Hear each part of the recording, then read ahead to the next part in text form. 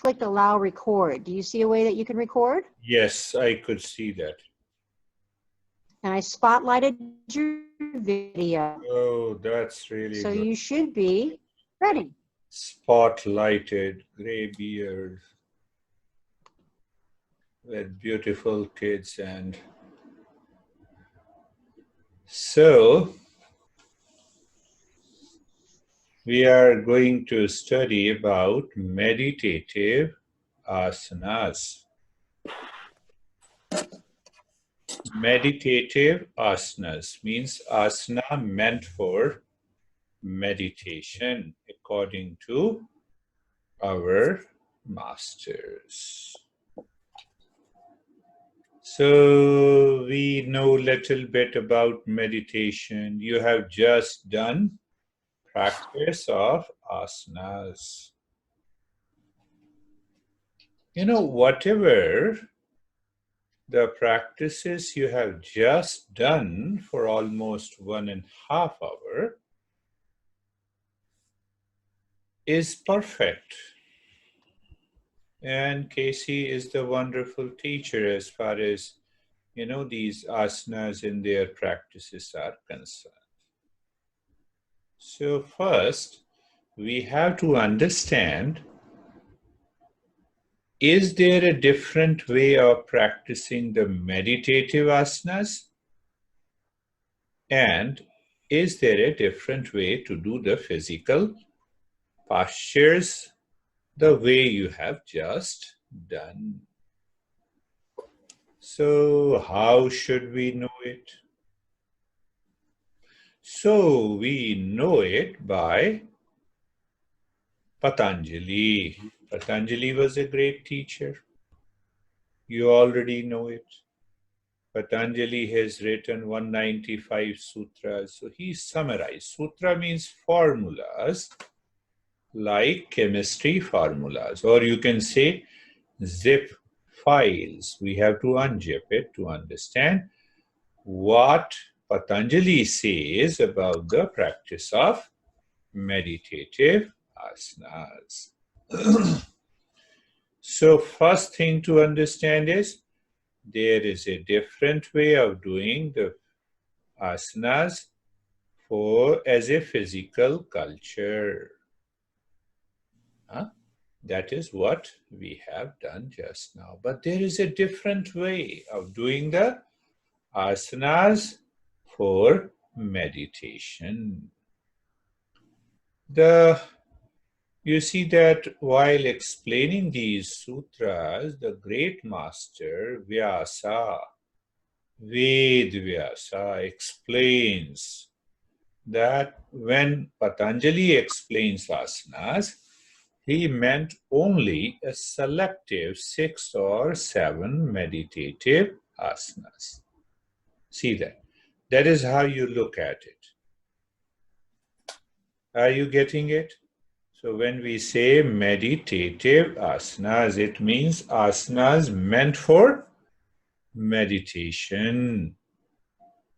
So take an example of headstand pose. Can you practice meditation in a headstand pose? The answer is no. You cannot. We may start explaining the lot of benefits, but that excludes the practice of meditation. You know, when we say the physical culture, we pay a lot of attention on the stretching, and also we don't have that endurance level. So it means we cannot do these physical the way we are doing the asanas for physical culture, and the asanas to be done for meditation in a different way. So based on that, we should have 3 sutras written by Patanjali. First, he explains what is asana. Secondly, he explains what is the method of asana. Third, he explains what is the benefit of asanas. So, can we take or can we recognize and accept that these explanations by Patanjali meant for the meditative asanas? That should be made clear. Asanen bhavet dradham. Two famous texts of Hatha Yoga and Gheranda Samhita.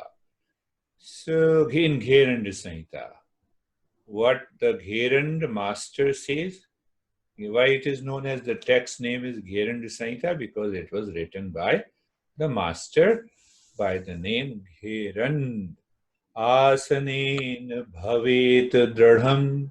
So he says, by the regular practice of yoga, you get strength and agility in the body.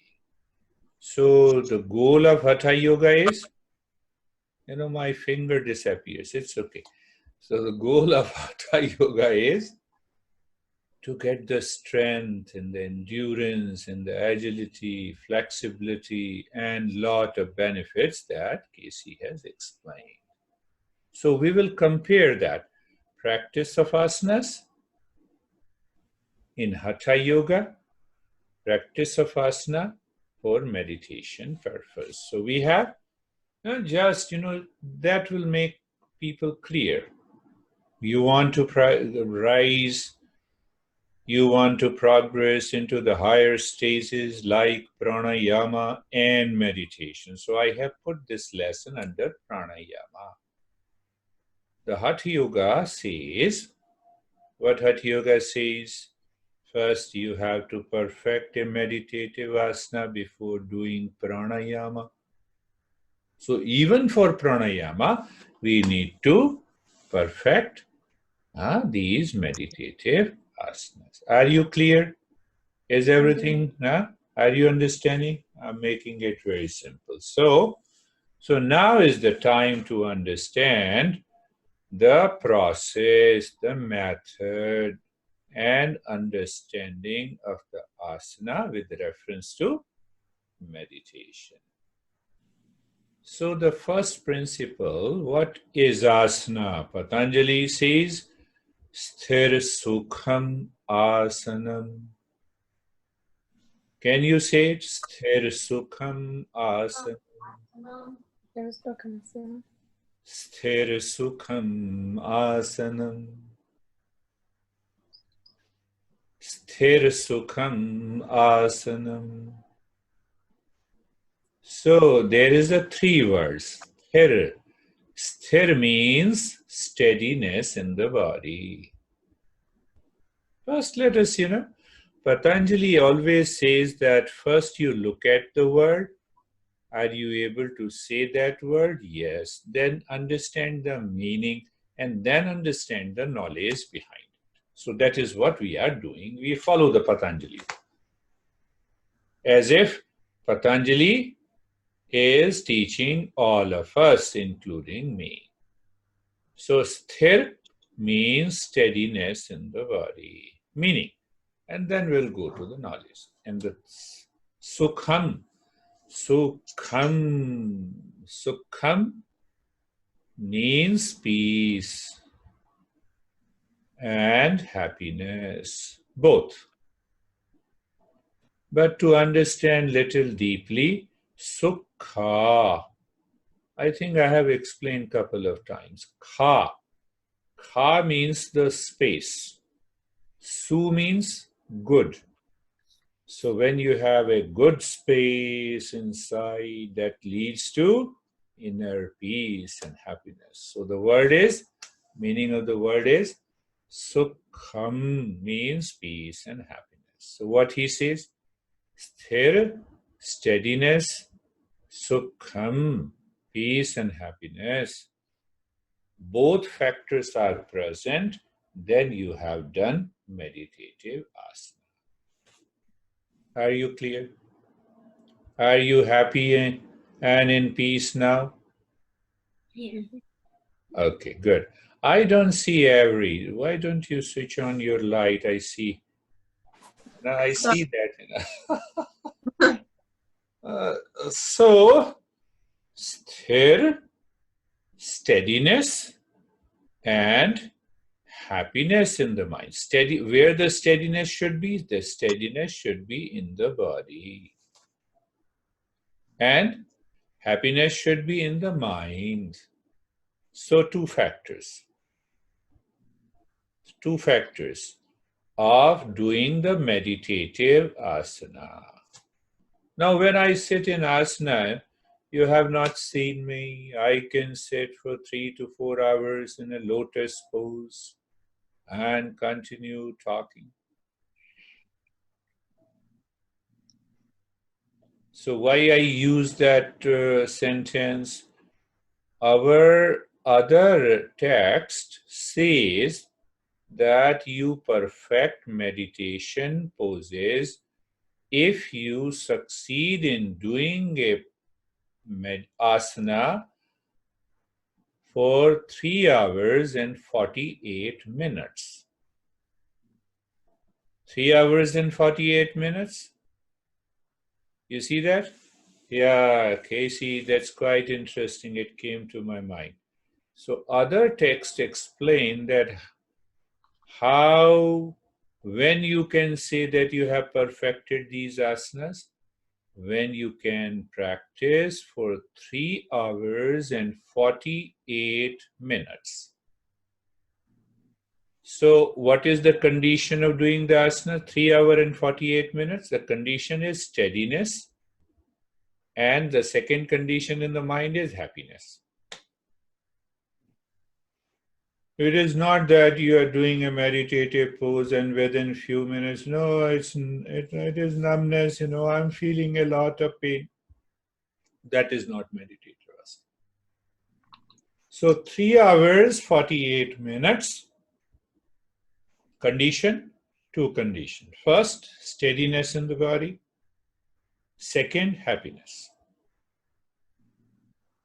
So remember, the word sukha, the good space.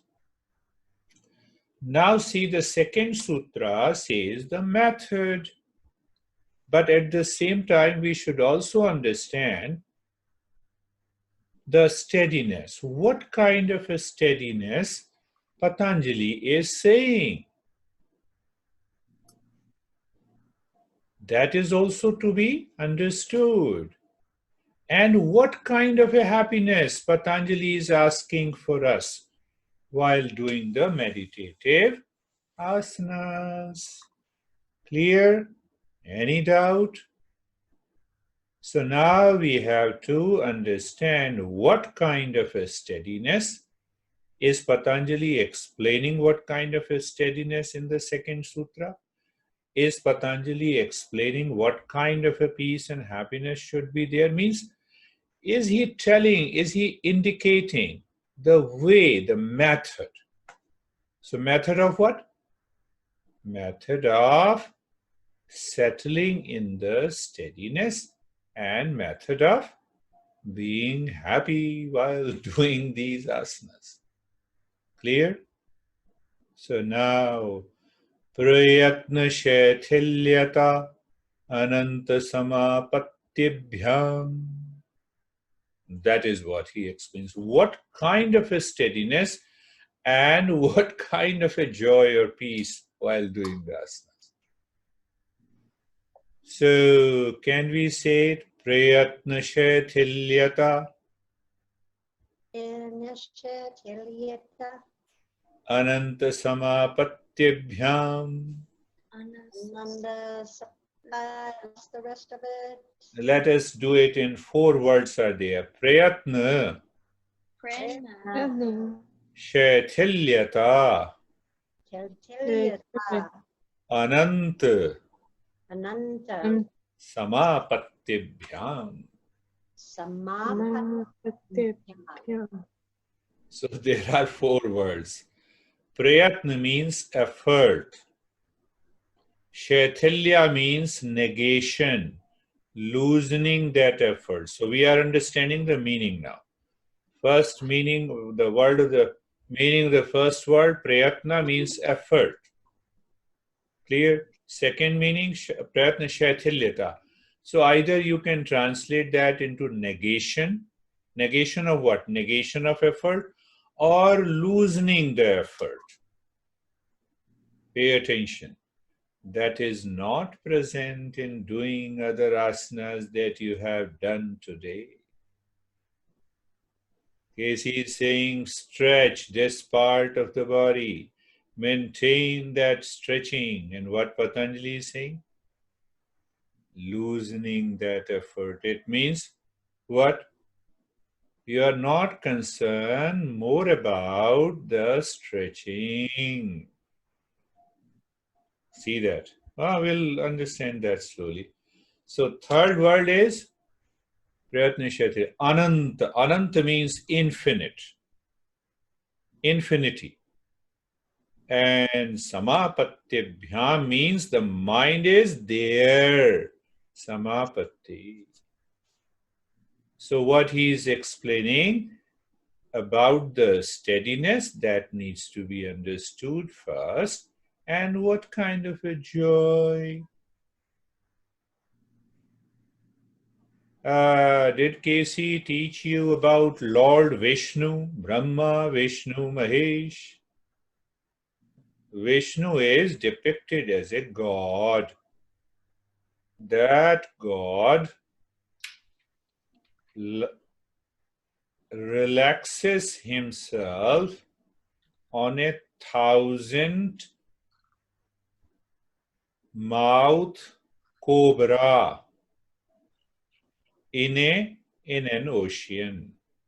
So in an ocean there is a water, and over the water that 1,000 mouth cobra is there, and that cobra is coiled up, on which Lord Vishnu takes rest. That is also the meaning of Ananta Samapattibhyam. But it is symbolic. Now we have to understand. So what Patanjali is saying by the two words? The literal English is negation of effort, means loosening of the effort. Now go on explaining little deeper. So here Patanjali means the meditative asana is to be practiced in which you give neither too much of stretching nor too much of, what is the opposite of stretching?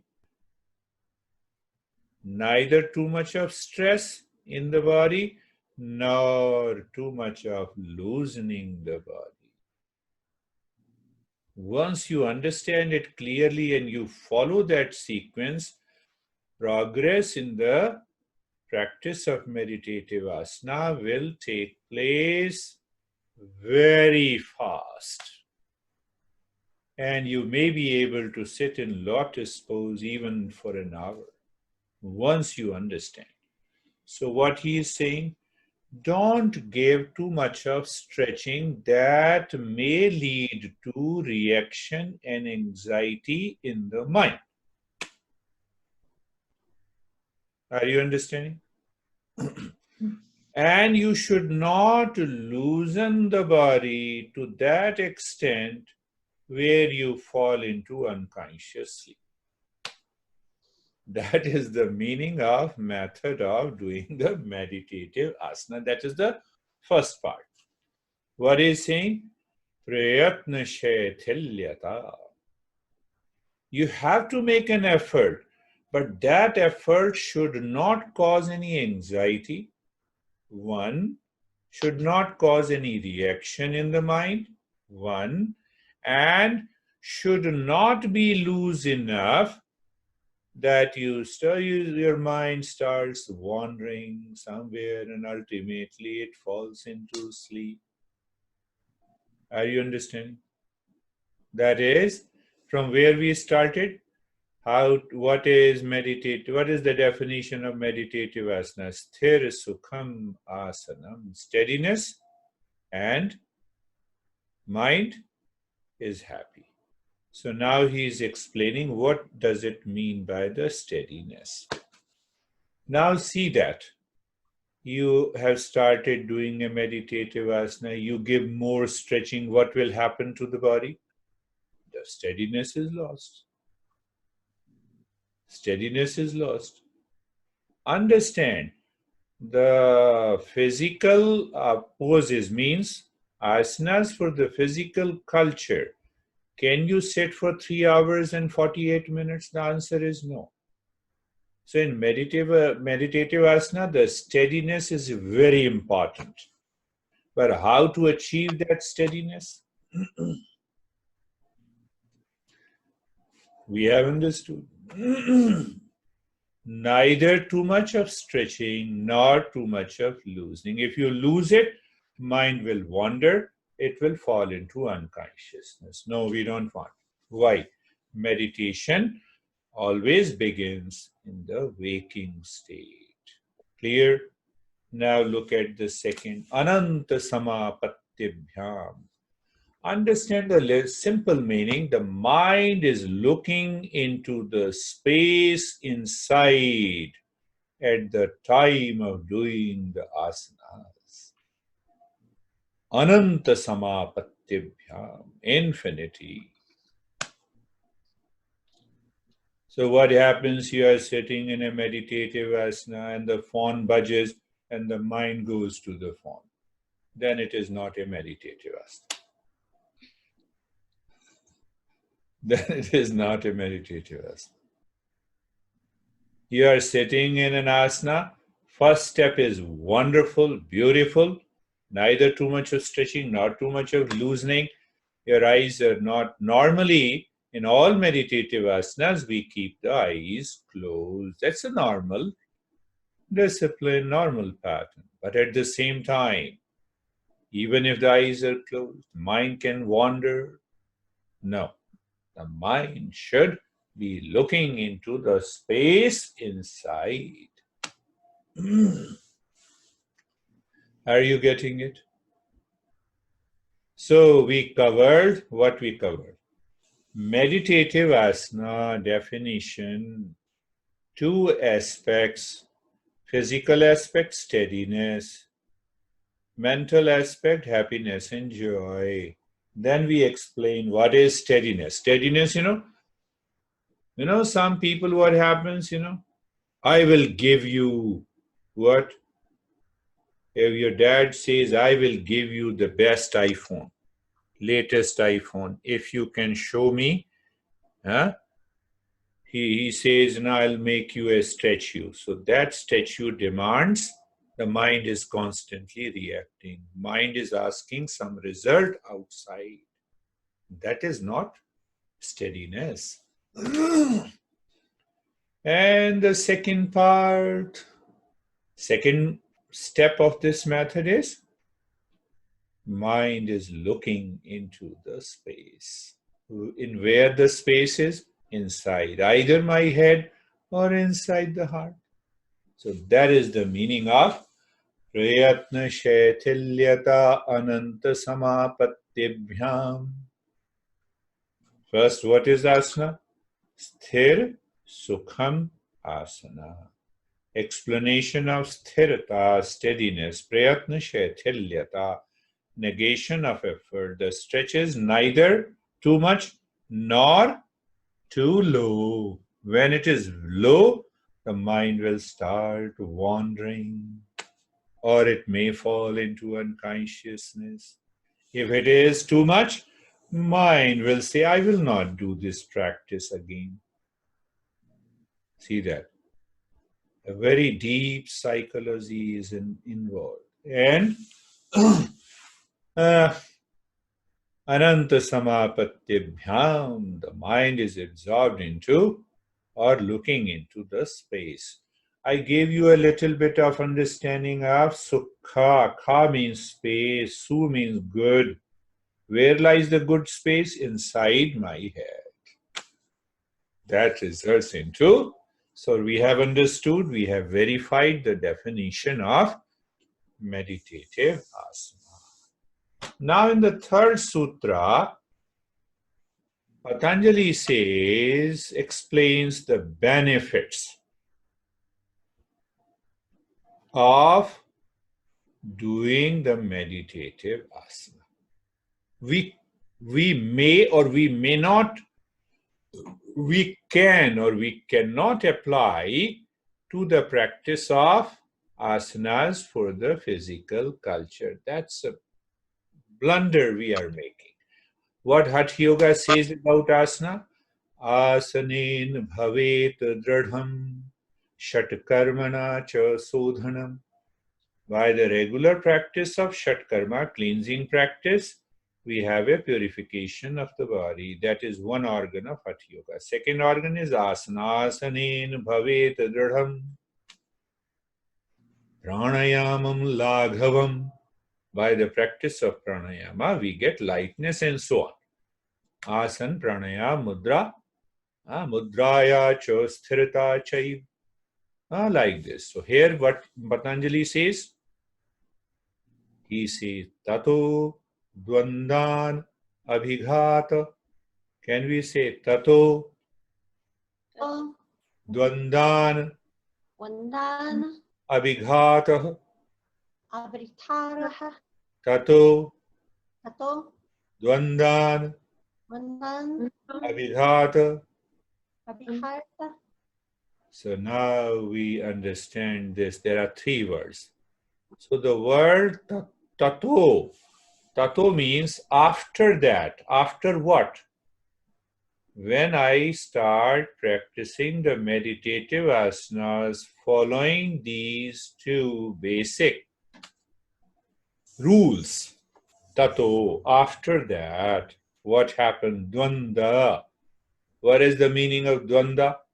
Opposites, pairs of opposites. Can you tell me the pairs of opposites? At physical level, pairs of opposite at mental level, pairs of opposite as emotional level. I hate you. I love you. Pairs, and I love you. Hate and love, pairs of opposites. They are at emotional level. Right? So we are first understanding dvanda tato.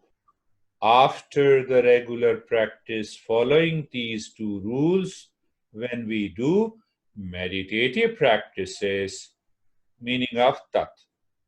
Now dvanda. So we are understanding dvand. Pairs of opposites at the physical level, tell me. Hot, cold. Yes, heat and cold. People are talking. We are in Arizona. It's too much of heat. Hard, soft. Yeah, heat and cold. And an emotional level? Happy, sad. Yeah. Now, happy, sorrow and happiness is at the mental level. So, sorrow and happiness, hate and love. So, again, when we talk of jealousy, an antonym of jealousy, it comes at the emotional level. Sorrow, and when I experience that sorrow, opposites at the mental level, and the mind cannot know whether, no, the other people cannot know until I express it. You see that? So there are three levels of dualities, pairs of opposites. Right? Now go to the meaning of the third word, abhighata. When we do the meditative asanas following the two rules, what happens? I live my life beyond pairs of opposites. I transcend pairs of opposites. So now see that. Again, we have to go a little deeper. Are you getting it, or am I very fast? Nope, it's okay. It's okay? Okay. So now see that when we are able to bypass the pairs of opposites at physical level, there is a specific word. Do you remember? Endurance. See that? Endurance. So it means what Patanjali is saying? Endurance at the physical level. By simple practice of meditative asanas. Yes. I'm not going deeper. You are kids and that much is enough. Now, when you have an emotional poise, normally we say the poised, emotional poise. So you get rid of pairs of opposites at emotional level. And when you get rid of pairs of opposites at mental level, there is a mental calmness. Now remember the three words: endurance, emotional poise, and mental calmness is achieved by the regular practice of meditative asanas following these two rules. Where are those two rules? Steadiness and happiness in the mind. And then we explain how to get that happiness, not outside. No, I'm doing a meditative asanas on a 2 feet thick cushion, and then I start feeling sleepy. That is not the practice of the asana. Goal is endurance. Goal is emotional poise. Goal is mental calm. That is what we need to practice meditation. Are you getting it? Clear? Is there any doubt? Let me know. See that? I'm sorry, every time I teach, so I don't know what I have taught before. So I forget. I have a very severe problem of forgetfulness. Clear? You understood? Remember, don't forget what Casey has taught you as far as the other asanas are concerned. Stretching, you can say, it helps elasticity of the spine, because no meditative asana has to do with the elasticity of the spine or the stretching. In the beginning, we get some stretching, but then we have to follow the rules. Are you clear? So I have already explained you. What did I explain you? When you declare that you have perfected a meditative pose or asana, what is the duration? 3 hours, 48 minutes. There are a couple of texts where it says. So what rules you follow while doing a meditative asanas for 3 hours and 48 minutes? The body is maintaining a total steadiness. You are awake and the mind is absorbed into joy and happiness. Got it? Yes. Yes. So that is the first part of the asana is done.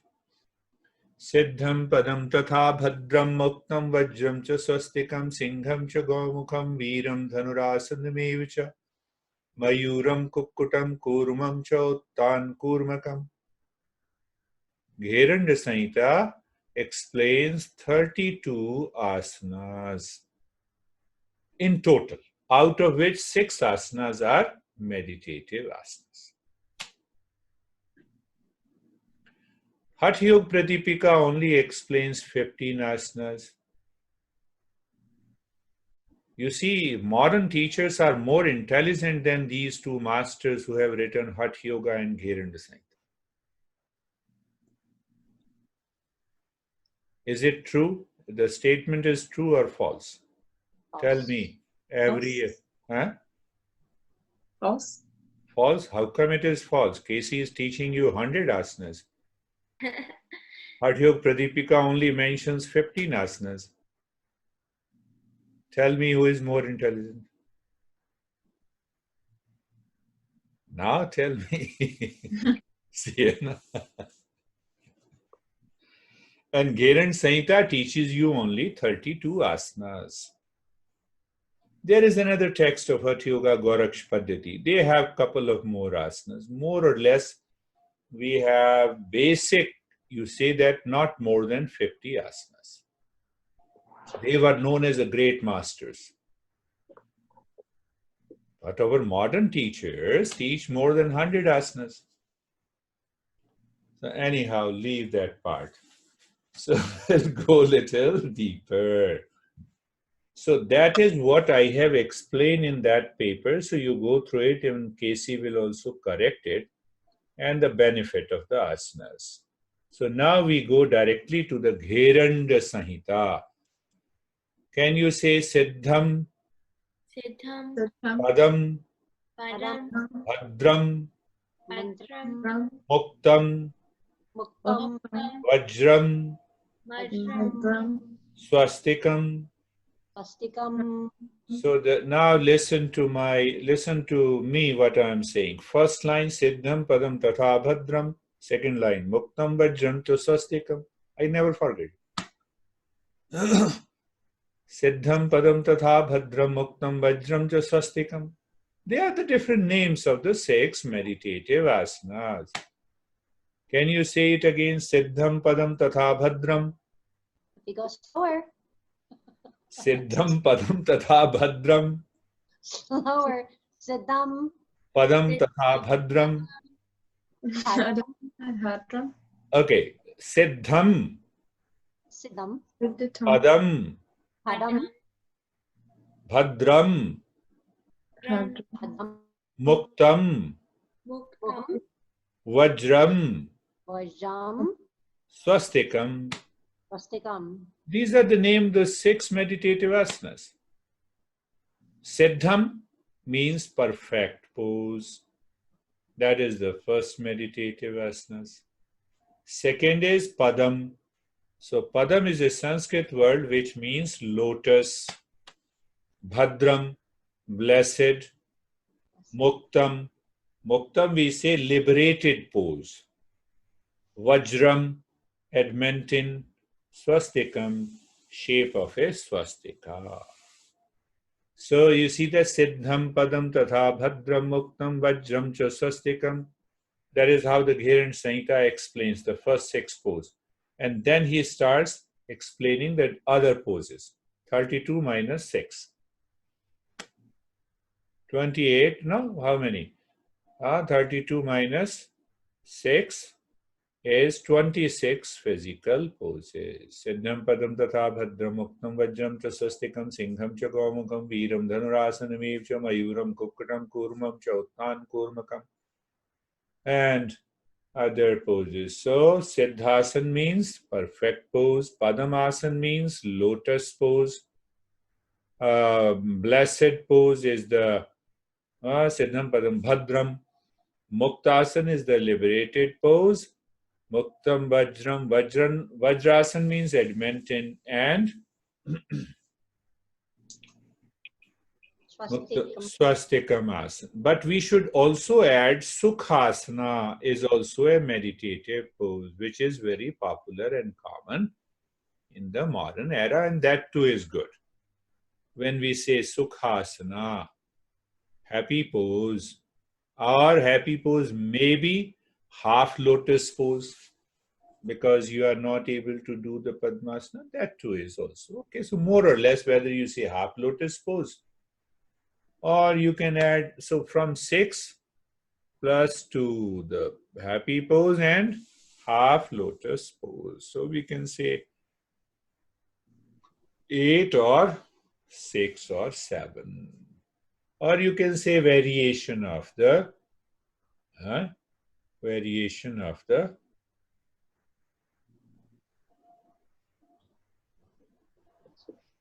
these 6 poses.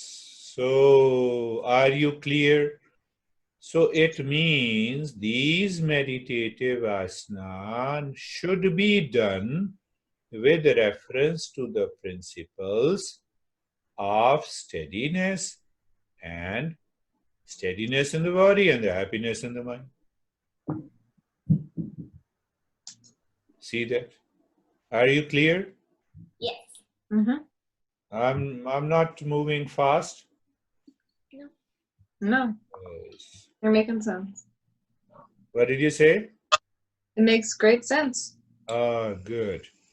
So, no, it makes sense because I teach from what the teachers have taught. I don't know anything. I'm very clear. So now we understand. What should we understand? Let us understand what is this? Siddhasana. The first asana is Siddhasana. Siddh means perfect.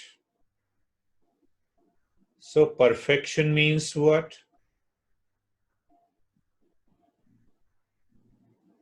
What is the perfection? Perfect asana means. So there are little more benefits if you do a particular meditative asana. So here our master says if you sit daily in the Siddhasana, following all the rules, then what happens? Why it is known as Siddha? You are able to perfect your mind, and that mind absorbs into meditation by simply doing the practice of Siddhasana. You start doing the Siddhasana first week, 5 minutes, second week, 10 minutes, third week, 15 minutes. So then the fourth week, continue with the 15 minutes. Just do nothing. Just do that posture. So what will happen? As you grow into the practice for about half an hour, you need not to learn any meditation. Why? Then you will be absorbed into meditative state. That is the beauty of the Siddhasana.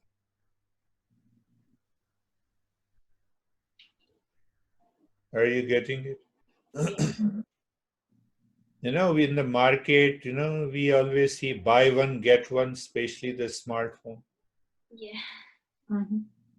So practice one and you get the second benefit of meditation. You simply do the practice of Siddhasana and you get the benefit of now you are in a meditative state. That is the beauty of Siddhasana. Clear? Yeah. So now the master says about Siddhasana that what happens, your breath rate per minute goes down by the regular practice of this Siddhasana. I was talking, Casey, buy one, get one free. Especially with the smartphone. No, they have a specific abbreviation, BY, buy one, GO. Buy go? Yeah. I don't shop enough to know. That is known as abbreviation, buy one, get one. So that is the beauty of the Siddhasana. When you practice Siddhasana, forget about everything. And once you start practicing for half an hour, you get what? You get into the meditative state. You need not to learn from anyone. I have to see, after understanding this secret, whether you start doing the Siddhasana regularly or not. So I told you not to force yourself. 5 minutes this week. Increase to 10 minutes next week. Third week, 15 minutes. And then fourth, fifth, and sixth week, continue with the 15 minutes and you will see you are already absorbed into meditative state. You will prove yourself whether the teacher is teaching you meditation rightly or wrong. Because now, buy one, get one. You have started Siddhasana and you are absorbed into meditation. See that? That is why it is known as a perfect pose, Siddhasana. You know, we have in Hatha Yoga Pradipika, there is a beautiful verse I have translated into that paper. Siddhasana, there is no kumbhakala in pranayama. So what happens as you reach to a duration of 30 minutes, and that is my personal experience, I don't know about others. When you are able to sit in Siddhasana for 30 minutes, your breath rate drops down.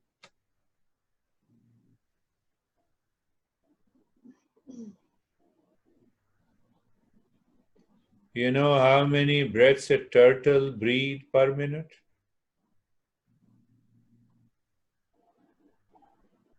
Our master says they breathe in between 3 to 5 breaths per minute. And what is their lifespan? Have you heard? 150 years. A dog average rate of breath is 45 to 50. What is their lifespan? 25, 30 years. What Siddhasana is saying? Your breath rate per minute goes down. What it means? What is the average breath rate of a healthy individual, adult? It is in between 18 to 20 breaths a minute. Now you have started doing Siddhasana. Now you are doing Siddhasana every day for 30 minutes. Just an example. You will notice from 18, 20 breaths per minute, your breath rate has dropped down to 10 breaths a minute. Is it good or bad? Good. No, just let me know, is it good or bad? Good. It is good. It is definitely good. Good to your body, good to your mind, and good to your emotions. Go back to the benefit. You bypass, you transcend the dualities at the physical, mental, and emotional level. Who says? Hatha Yoga text says. There is no, So that is what he says about Siddhasana. You have done many postures, so you are aware. Next time we will practice all these postures, but this time we are simply understanding. So the second is, Padamasana, Siddham Padam Tatha Bhadram. Where is Padmasana? Siddhasana. Where is the? I have written lot of benefits of Siddhasana. So what is Padmasana? Padam means lotus. So when we cross our legs and heels are placed on each side, inside the thigh, over the thighs, with a cross-legged, so it becomes a Padamasana, lotus pose.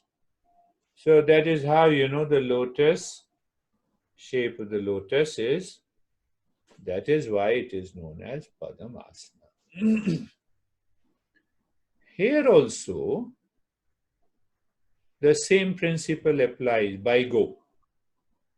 Buy one, get one. You continue the practice of Padmasana regularly from 5 minutes first week, second week, 10 minutes, third week, 15 minutes. Follow the two principles. Means maintaining the steadiness and keep looking inside the head or the heart in the space. So when you reach and start doing 30 minutes of practice of Padmasana, what is going to happen? One of my Hatha Yoga masters used to say that it purifies all your energy pathways. What happens when the energy pathways are cleaned? The mind becomes calm. There is an emotional poise. Now you experience the joy and the happiness inside. I'm not going into other physical benefits that we will discuss later. So Padmasana, that is Padmasana. This asana also has a power to absorb the mind into meditation. You need not to do anything. Simply practice meditative asana, that is known as Padmasana, regularly for a longer period. That is why I told you first week, second week, third week, fourth week, fifth, sixth. So if you continue for about 6 or 7 weeks, you will see the result. You need not to believe.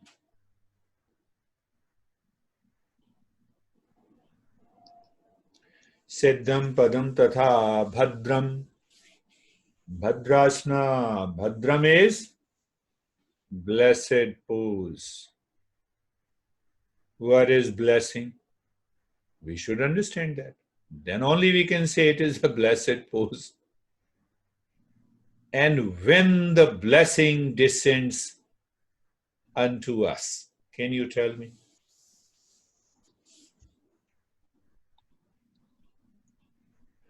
So in yoga, we talk about two things: personal effort and grace from above. Personal effort from below and grace from above.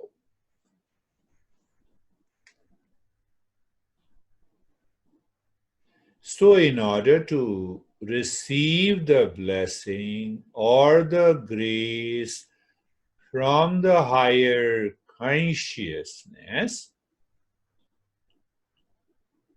I have to make a personal effort to a saturation point. What that means? Take an example of these meditative asanas. I said first week 5 minutes, second week 10 minutes. Now you have to check that 10 minutes of practice of Siddhasana, Padmasana means what? You continue to experience a total steadiness. The mind is absorbed deep inside. So that 10 minutes of the practice is your personal effort.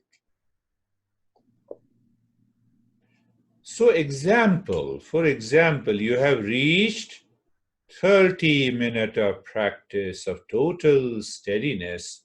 Mind is absorbed inside. So what happens? Your personal effort has reached to a saturation point. The moment it has reached to the saturation point, the grace, blessing descends unto your body, mind, and life naturally.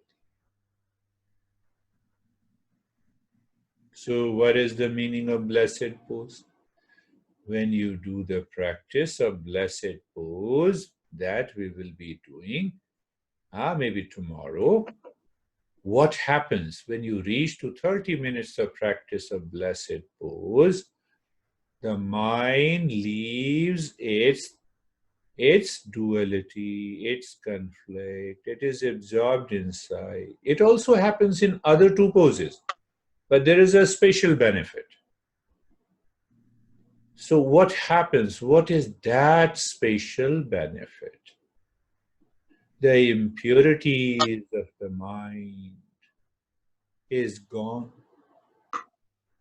One, mind starts leaving your lower nature.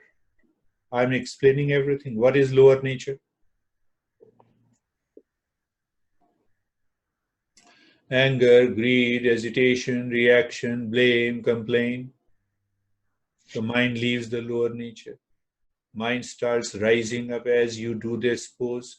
So because the mind starts rising above, looking for the higher consciousness, so the mind reaches that personal effort and the grace falls. We experience. That is why it is known as, what it is known as? Blessed pose. Did you get it? Yes. Mm-hmm. Did anything like this happen in Siena in your life? You follow, you obey your parents 100%, and your dad says, come on, I will give you this. You never expect it. Yeah. That is also blessing. That is how the blessing takes place. Trip to India, right? Yeah. You see, that is also a grace and a blessing. Unexpected. So again, the same principle applies here also. By go. We say buy go or buy Joe, whatever Bogo. it is. Buy Bogo. one, get one. B-O-G-O, BOGO. Yeah, BOGO, yeah. Buy one, yes, BOGO. Now you are right. You corrected me, BOGO. Buy one, get one. So you get a blessing. Now comes Siddham Padam Tatha Bhadram Muktam Vajram Cha Swastikam Muktam. Mukta means freedom, liberated.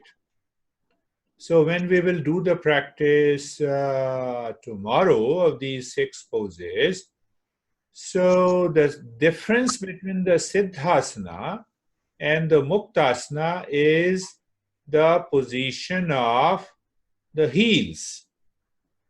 In Siddhasana, the heel is pressing the perineum, and in Muktasana, that perineum is liberated from any kind of pressure by the heels. That is the only difference. That is why we say it is a Muktasana. Clear? More or less the benefits are same. So those who cannot do the Siddhasana, they can do the they can start doing the Muktasana. You already know the Vajrasana, Adamantine pose. So there are a couple of variations. You can also write, when Buddha says Siddhasana, he means Vajrasana. When traditional yoga says Vajrasana, it is different from Siddhasana. So in Vajrasana is also in a meditative pose. Now in Vajrasana, there is a tradition in India, even though it is not very clear in our text. But it's a very popular asana for increasing the digestion, one, and increasing the fire, the power of digestion. You can easily digest and assimilate the food. So there is a traditionally, what happens?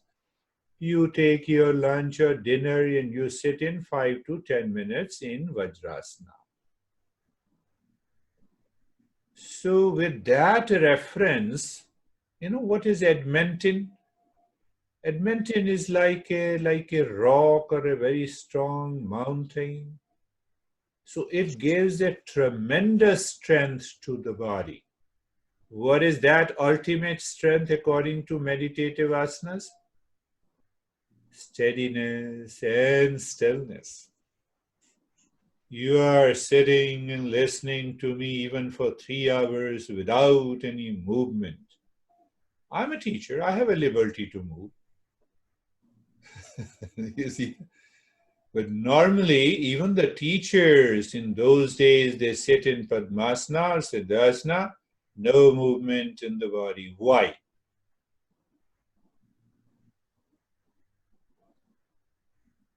It increases your power of attention. It increases the power of attention and focus and retention. So with all these benefits, we say adamantine or vajrasana, siddham padam tatha bhadram muktam vajra, and swastikasana. So you know the swastika. So you cross the legs in such a way that the right toe, all the toes of the right foot is placed inside the knees of your left leg. Inside. So that becomes a shape like a swastika. Swastika is known as auspicious. The word swastika in Sanskrit is known as auspiciousness. Auspiciousness. What is auspiciousness? When we can invoke auspiciousness. And from there, I'll bring in Anne and will ask you. Then you have a liberty to ask me any question. Okay. What is auspiciousness? I have to cover that first. Oh. Have you heard about Shiva? Shiva is also known as the originator of yoga. The meaning of Shiva is also auspiciousness. Now, what is this auspiciousness? That needs to be understood. So, the different texts explain auspiciousness means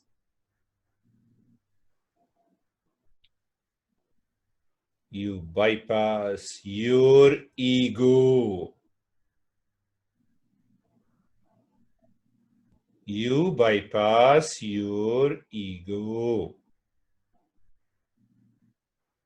So when you bypass your ego, then what happens to the mind?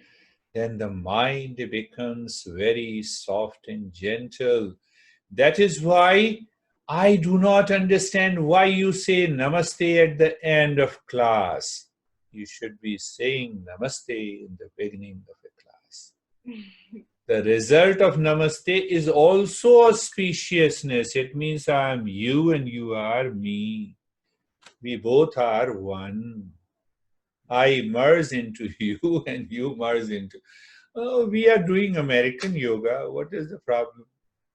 Whether you say in the middle or in the front, it doesn't make... But now I'm just explaining you. There is another word is used which is known as Mangalacharan. Why you pray to the Guru? Because you want to bypass the ego which causes the ignorance and the suffering so that you can learn and have the right teaching of yoga. That is why you chant Shanti mantra. That is why you say namaste. You have done everything, and in the end, normally, this is the tradition in America. Once we have finished, now you go your own way, let me go my own way, and that is the meaning of our namaste in the end. No, I'm just... So it is, the journey is that I chant Om and doing the Shanti mantra when I say Om Shanti Shanti Shanti. I'm invoking peace in my mind. When I can invoke in my peace in my mind? When I can invoke, when the mind and the ego does not have any kind of a duality and a conflict. So why we say duality and a conflict? Because that mind and ego should not fall into the victim of jealousy, hatred, duality, either against fellow students or against the teacher. So when I live into that state, the learning is pure and powerful.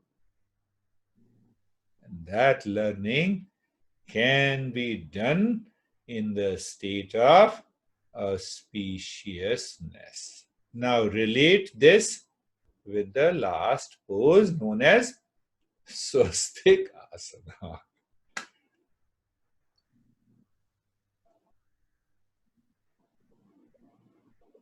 Now, tell me your doubts and the questions you have. Okay, so when you practice these meditative asanas, like what do? Do you just sit down and close your eyes, or do you do a meditation, or what do you do? No, you are looking. First thing, you are aware of steadiness in the body. So what is going to happen? The mind is constantly running outside. It will move the body, become aware, keep the body steady. That is a great work we have to do. Second work, the mind is running on any thought. Leave that thought, look into the space. Thought is again coming, again look into the space. It's a great work that you need to do it, but you need to do it in the state of joy, in the state of happiness. What happens to your eyes when you stand across a street or a highway and the cars are moving at a high speed? You see that? Your pupils, your eyes move. Oh, Yeah. right? Mhm. The same way you don't allow the mind and the eyes to get carried away by any thought. It's a great work you need to do. But you are right, Sienna. In a way, you are doing nothing. Okay, got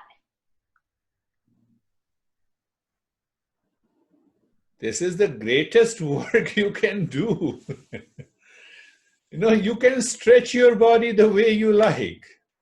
Mhm. That is the work to do. That is okay. But here you are doing a very subtle work. You are sitting in a siddhasana and your dad says, "Where is my honey, Sienna?" And you say, "Here I am." You have lost it. Huh? You have lost. Then you are not doing siddhasana.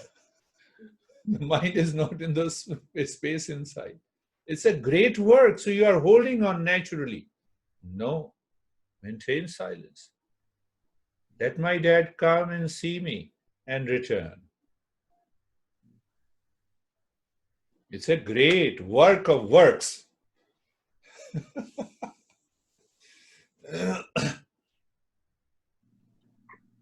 Doesn't auspiciousness also mean, and sometimes mean, opportunity? Like when we say Mangalam in our mantra, aren't we wishing opportunity for everyone to have, to create an environment that they can be prosperous, to create an environment that they can All discover their true nature, that teachings, my friend, all teachings focus on the main thing. What is that main thing? Keep aside your ego. The moment you start learning yoga. So the moment you keep aside your ego, what is known to the mind is dropped. Now you have an auspiciousness state in the mind. That auspicious state of the mind opens opportunity, gives you the blessing, makes your mind calm and the poise. So add all the adjectives.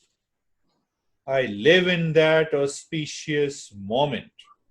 That opens the door to greater and higher opportunities in the life.